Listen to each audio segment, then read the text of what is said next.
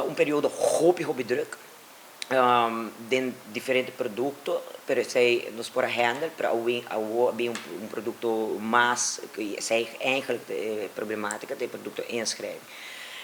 Nossa hobby druk, se recorda na 2004, o passaporte a subir na validez de 5 para 10 anos. 10 anos depois, bot bij hangen, e pic enorme aqui. E nós sabemos que também de par de tempo atrás corda o documento no tempo e assim é ori para pedir para fazer uma spraak no tempo também para por hangen cita para botar o documento na reglar. Então pic de passaporte se boak na 2024 mês nós aduna mais que 2.000 passaportes.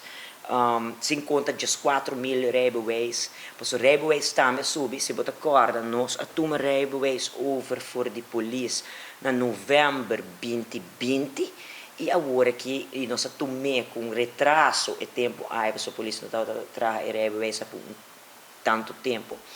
Dus nós atumé com achterstallig werk e agora que botam aí pic de rijbewijs adicional. E o produto inscreve. Pero se boak na aya 2024 para sobrariba nos website, se bobay na over ons e na botawak jaarverslagen, e botawak tour detalhes de que consenso ta hasi.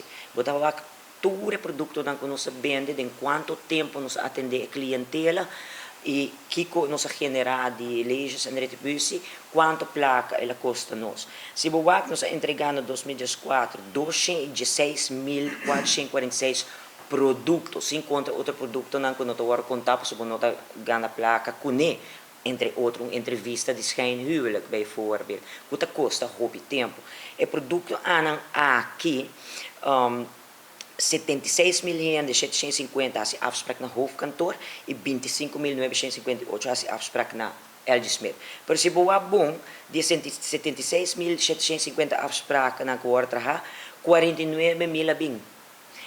E o resto de gente nos atende 80.184 gente que não na hoofdkantoor só, pero o resto não gewoon vrije inloop.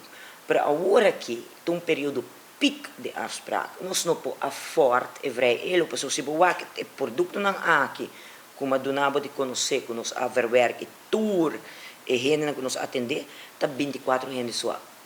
Tá nos medewerker não atende não. E resto está 2 werkers e 7 gente de staff. De staff, lo que menta produto de maneira nos juridische beleidsmedewerker que defende caso na corte, que waktur kosten juridicamente se não tá bom, nos manda carta para bezwaar, etc. E financiële controleur que controla nos entrada, se essa que não hora de verdade e produto ora ben die entrada dentro, e financiële medewerker que também tem functiescheiding. Nós temos 2 ICT medewerkers, 2 da senior que esse projeto não que